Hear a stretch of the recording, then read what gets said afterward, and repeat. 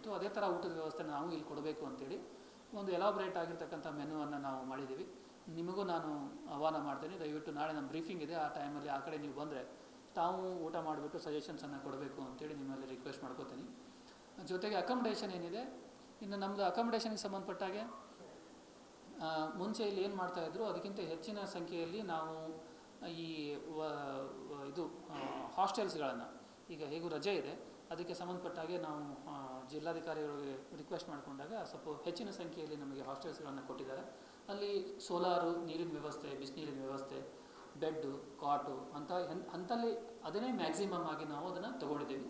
ಮತ್ತು ಎಲ್ಲಿ ಸ್ವಲ್ಪ ನೀರಿಂದು ಕೊರತೆ ಇದೆ ಅಲ್ಲಿ ನೀರನ್ನು ನಾವೇ ಅಲ್ಲಿ ಸರಬರಾಜು ಮಾಡ್ತಕ್ಕಂಥದ್ದು, ಮತ್ತು ಎಲ್ಲಿ ಬಿಸಿನೀರಿಂದು ಏನು ಅನುಕೂಲ ಇಲ್ಲ ಅಲ್ಲಿ ನಾವು ಸ್ವಲ್ಪ ಬೇರೆ ಥರ ವ್ಯವಸ್ಥೆ ಮಾಡ್ಕೊಂಡ್ಬಿಟ್ಟು ಬಿಸಿನೀರನ್ನು ಕೊಡ್ತಕ್ಕಂಥದ್ದಕ್ಕೂ ಸಹಿತ ನಾವು ವ್ಯವಸ್ಥೆಯನ್ನು ಮಾಡ್ಕೊಂಡಿದ್ದೀವಿ.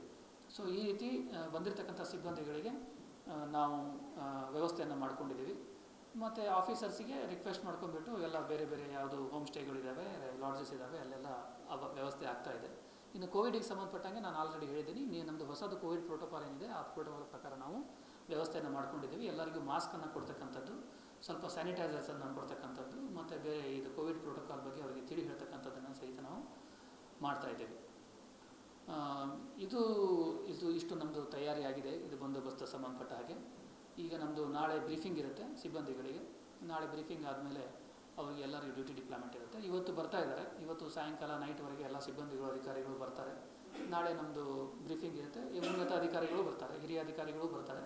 ಅವರ ಮಾರ್ಗದರ್ಶನದಲ್ಲಿ ಮತ್ತು ಮುಂಚೆ ಏನು ಒಳ್ಳೆಯ ಕೆಲಸಗಳನ್ನು ಮಾಡಿದ್ದಾರೆ ಬೇರೆ ಬೇರೆ ಅಧಿಕಾರಿಗಳು, ಆ ಎಲ್ಲ ಒಳ್ಳೆಯ ಕೆಲಸಗಳನ್ನು ಮುಂದುವರಿಸಿಕೊಂಡು ಹಿರಿಯ ಅಧಿಕಾರಿಗಳ ಒಂದು ಮಾರ್ಗದರ್ಶನದಲ್ಲಿ ನಾವು ಈ ಬಂದೋಬಸ್ತನ್ನು ಭಾಳ ಸುಲಲಿತವಾಗಿ, ಶಾಂತಿಯುತವಾಗಿ ಮಾಡ್ತಕ್ಕಂಥ ಒಂದು ಭರವಸೆನ ಇಟ್ಕೊಂಡ್ಬಿಟ್ಟು ಮಾಡ್ತಾಯಿದ್ದೀವಿ. ಮತ್ತು ನಾವು ಎಲ್ಲ ಸೆಕ್ಷನ್ಸ್ ಆಫ್ ಸೊಸೈಟಿಯವರಿಗೂ ಸಹಿತ ನಾವು ಅಪ್ರೋಚ್ ಆಗಿದ್ದೀವಿ. ಏನಾದರೂ ಸಜೆಷನ್ಸ್ ಇದ್ದರೆ ಅಥವಾ ಏನಾದರೂ ಈ ಥರ ಆಗ್ತಾಯಿದೆ, ಈ ಥರ ಆಗಬೇಕಿತ್ತು ಅಂತ ಯಾರಾದರೂ ಇದ್ದರೆ ದಯವಿಟ್ಟು ನಮ್ಮ ಗಮನಕ್ಕೆ ತರಬೇಕು.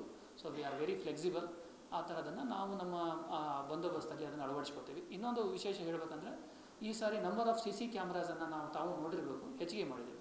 ಒಂದು 300+ CC ಕ್ಯಾಮ್ರಾಸ್ಗಳಿದೆ. ಆಮೇಲೆ ಹ್ಯಾಂಡಿ ಕ್ಯಾಮ್ಸ್ ಜೊತೆಗೆ ನಾವೇನು ಡಿಪಾರ್ಟ್ಮೆಂಟಲ್ ಹ್ಯಾಂಡಿ ಕ್ಯಾಮ್ಸ್ ಇದೆ ಅದರ ಜೊತೆಗೆ ಪ್ರೈವೇಟ್ ವಿಡಿಯೋ ರೆಕಾರ್ಡರ್ಸನ್ನು ನಾವು ಈ ಸಾರಿ ಕೆಲವೊಂದು ಸೂಕ್ಷ್ಮವಾದ ಪ್ರದೇಶಗಳಲ್ಲಿ ಡಿಪ್ಲಾಯ್ ಮಾಡ್ತಾಯಿದ್ದೀವಿ. ಮತ್ತು ಈ ಸಾರಿ 50ಕ್ಕಿಂತ ಹೆಚ್ಚಿಗೆ ನಾವು ಬಾಡಿ ಓರ್ನ್ ಕ್ಯಾಮ್ರಾಗಳು, ಈಗ ಸೂಕ್ಷ್ಮವಾಗಿರ್ತಕ್ಕಂಥ ಪ್ರದೇಶಗಳಲ್ಲಿ ಯಾರು ಅಧಿಕಾರಿಗಳು ಡಿಪ್ಲಾಯ್ ಆಗಿರ್ತಾರೆ ಅವ್ರಿಗೆ ಬಾಡಿ ಓರ್ನ್ ಕ್ಯಾಮ್ರಾ ಅಂದರೆ ಬಾಡಿ ಕ್ಯಾಮ್ರಾಗಳನ್ನ ಕೊಡ್ತಾಯಿದ್ದೀವಿ. ಸೊ ಈ ವ್ಯವಸ್ಥೆಯನ್ನು ಮಾಡ್ತಾಯಿದ್ದೀವಿ. ಮತ್ತು 2 CCTV ವೀವಿಂಗ್ ಟೀಮ್ಸ್ ಅಂತ ಮಾಡ್ಕೊಂಡಿದ್ದೀವಿ. ಅಂದರೆ ನಮಗೆಲ್ಲ ಏನೇ ಆತಂದ್ರೂ ನಾವು ಒಂದು ಕಡೆ ಕಂಟ್ರೋಲ್ ರೂಮಲ್ಲಿ ಮತ್ತು ಪೀಠದಲ್ಲಿ ಕೂತ್ಕೊಂಡ್ಬಿಟ್ಟು ಅದು ಅಬ್ಸರ್ವ್ ಮಾಡುವ ಹಾಗೆ ಅದನ್ನು ನಾವು ವ್ಯವಸ್ಥೆಯನ್ನು ಮಾಡ್ಕೊಂಡಿದ್ದೀವಿ.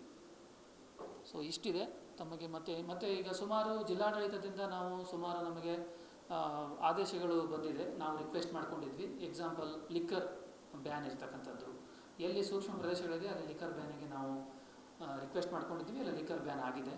ಆಮೇಲೆ ಟ್ರಾಫಿಕ್ ಡೈವರ್ಷನ್, ಯಾಕಂದರೆ ಹೆಚ್ಚಿನ ಸಂಖ್ಯೆಯಲ್ಲಿ ಜನ ಬರೋದ್ರಿಂದ ನಾವು ಅದರ ಡೀಟೇಲ್ಸ್ ಎಲ್ಲ ಮೀಡಿಯಾ ಗ್ರೂಪಲ್ಲಿ ಹಾಕಿದ್ದೀವಿ, ಮತ್ತು ಹಾಕ್ತೇನೆ ನಾನು. ಅದನ್ನು 26ನೇ ತಾರೀಕಿಗೆ ಯಾವ ಥರ ನಾವು ಟ್ರಾಫಿಕ್ ಡೈವರ್ಷನ್ನ ಕೊಡ್ತೀವಿ ಮತ್ತು ಎಲ್ಲಿ ಪಾರ್ಕಿಂಗ್ ವ್ಯವಸ್ಥೆನ ಮಾಡ್ತೀವಿ 25ನೇ ತಾರೀಕು ಶೋಭಾಯಾತ್ರೆಗೆ ಅಂತಕ್ಕಂಥದ್ದು ಇದೆ.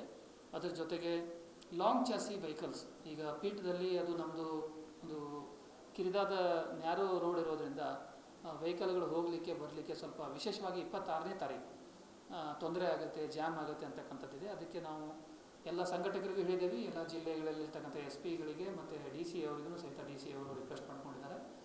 ಬೇರೆ ಜಿಲ್ಲೆಗಳಿಂದ ಯಾವುದೇ ಕಾರಣಕ್ಕೂ ಲಾಂಗ್ ಚಾಸಿ ವೆಹಿಕಲ್ಸ್ ಬರಬಾರ್ದು.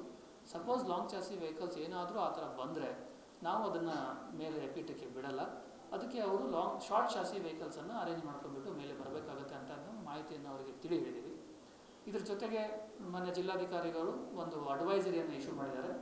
ಅಡ್ವೈಸರಿಯಲ್ಲಿ 24, 25, 26ನೇ ತಾರೀಕು 23ರಿಂದ ಸೊ ಏನು ನಮ್ಮ ಪ್ರವಾಸಿಗರು ಬರ್ತಾರೆ ಆ ಪರ್ಟಿಕ್ಯುಲರ್ ಏರಿಯಾದಲ್ಲಿ, ಯಾವುದು ನಮ್ಮ ಕೈಮರದಿಂದ ಆ ಕಡೆ ಏರಿಯಾ ಇದೆ, ಆ ಏರಿಯಾದಲ್ಲಿ ಸ್ವಲ್ಪ ಅವ್ರದ್ದು ಚಲನವಲನವನ್ನು ಕಡಿಮೆ ಮಾಡಬೇಕು ಅಂತೇಳಿ ಒಂದು ಅಡ್ವೈಸರಿಯನ್ನು ಇಶ್ಯೂ ಮಾಡಿದ್ದಾರೆ.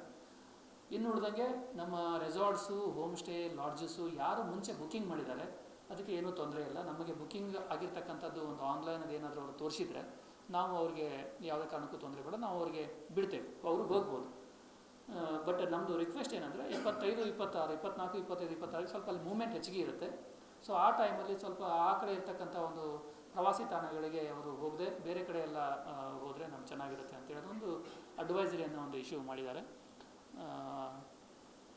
ಅಷ್ಟು ನಮ್ಮಿಂದ ಆಗಿದೆ. ಮತ್ತು ಬೇರೆ ಏನಾದರೂ ಇದ್ದರೆ ದಯವಿಟ್ಟು ತಾವು ಕೇಳಿ.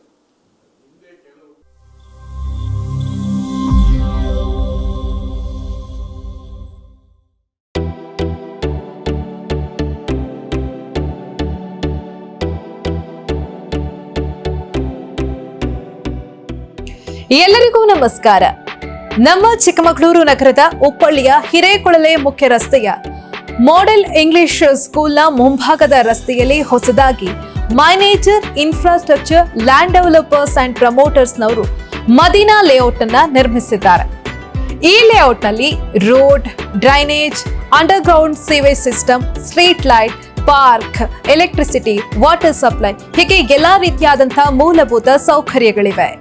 ಮದೀನಾ ಲೇಔಟ್ನಲ್ಲಿ 30x40, 20x40, 30x30 ಹಾಗೂ ODD ಅಳತೆಯ ಸೈಟ್ಗಳು ನಿಮ್ಮ ಕೈಗೆಟಕುವ ದರದಲ್ಲಿ ಲಭ್ಯವಿದೆ. ಮದೀನಾ ಲೇಔಟ್ಗೆ bus stand, railway station, school, college, hospital, petrol bunk ಈ ಎಲ್ಲ ಅಗತ್ಯ ಸೌಲಭ್ಯಗಳು ಸಮೀಪದಲ್ಲೇ ಇದೆ. ಇನ್ನು ಸೈಟ್ ಖರೀದಿಗಾಗಿ ಬ್ಯಾಂಕ್ನಿಂದ ಲೋನ್ ಕೂಡ ದೊರೆಯುತ್ತೆ. ಹಾಗಾದ್ರೆ ಇನ್ಯಾಕ್ ತಡ? ನಿಮ್ಮ ಕನಸಿನ ಮನೆಯನ್ನ ನಿರ್ಮಿಸಿಕೊಳ್ಳುವುದಕ್ಕೆ ಅತಿ ಕಡಿಮೆ ದರದಲ್ಲಿ ಸೈಟ್ಗಳನ್ನ ನಿಮ್ಮದಾಗಿಸಿಕೊಳ್ಳಿ. Invest on land, invest for the future.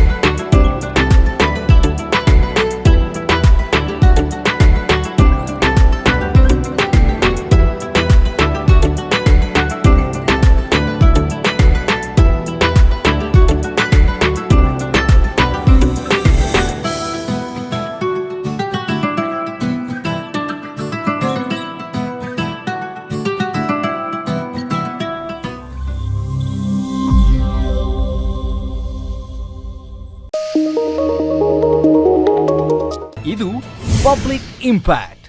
ಜನಶಕ್ತಿಯೇ ನಿರ್ಣಾಯಕ.